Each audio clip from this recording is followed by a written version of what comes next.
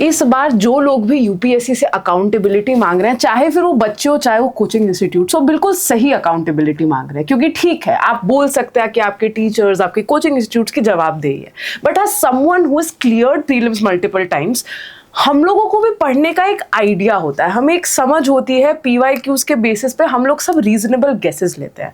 2026 का पेपर किसी भी पैमाने से किसी भी एजुकेटर के लिए ये पेपर बिल्कुल भी प्रिडिक्टेबल नहीं है।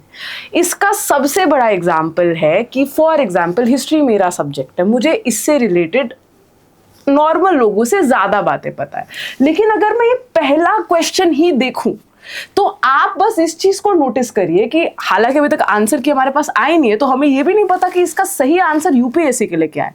सबसे पहले इस क्वेश्चन में, in the Pleistocene period talking about the geological changes in India subcontinent, सबसे पहले मल्टीपल एडवांस्ड एआई मॉडल्स भी इसके आंसर पे अग्री नहीं कर रहे हैं।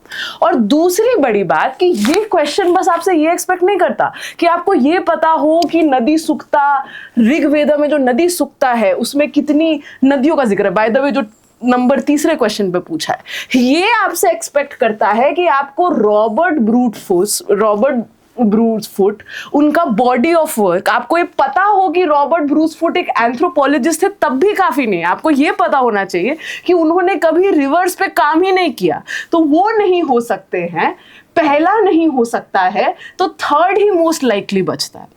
और again we are not clear about this answer, क्योंकि इस लेवल का डिटेलिंग, हाँ आप क्वेश्चन टफ बना सकते हैं, अगर आपको इतना ही टफ बनाना है, नंबर 3 भी अपने आप में टफ क्वेश्चन है, लेकिन फिर भी सम रीजनेबल गेस और एस्टिमेट से, ओल्ड एनसीईआरटी की मदद से आप इस क्वेश्चन में सही आंसर मार्क कर सकते हैं। लेकिन पहला क्वेश्चन और ऐसे मल्टीपल क्वेश्चंस, ये क्वेश्चन आप पूछ रहे हैं कि क्षेत्र पत्नी टर्म कौन से टेक्स्ट में है, कोई एआई एग्री नहीं कर रहा, कौन सा बच्चा इस लेवल की हिस्ट्री पढ़ता है, वो भी एंशिएंट इंडियन हिस्ट्री। और ये हर सब्जेक्ट में देखा गया। पॉलिटिकल साइंस में तो पूरा का पूरा जो आपका स्ट्रक्चरल पोर्शन था वही उड़ा दिया गया।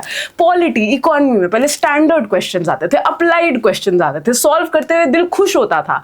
अब इन क्वेश्चंस को देख के ऐसा लगता है कि ठीक है, हम लोग कोशिश करते हैं, अल्टीमेटली कट ऑफ तो कोई क्लियर करेगा, लेकिन देखते हैं शायद बाकी लोगों से बेटर तुक्का लग जाएगा क्योंकि हमने पढ़ाई अच्छे से की है।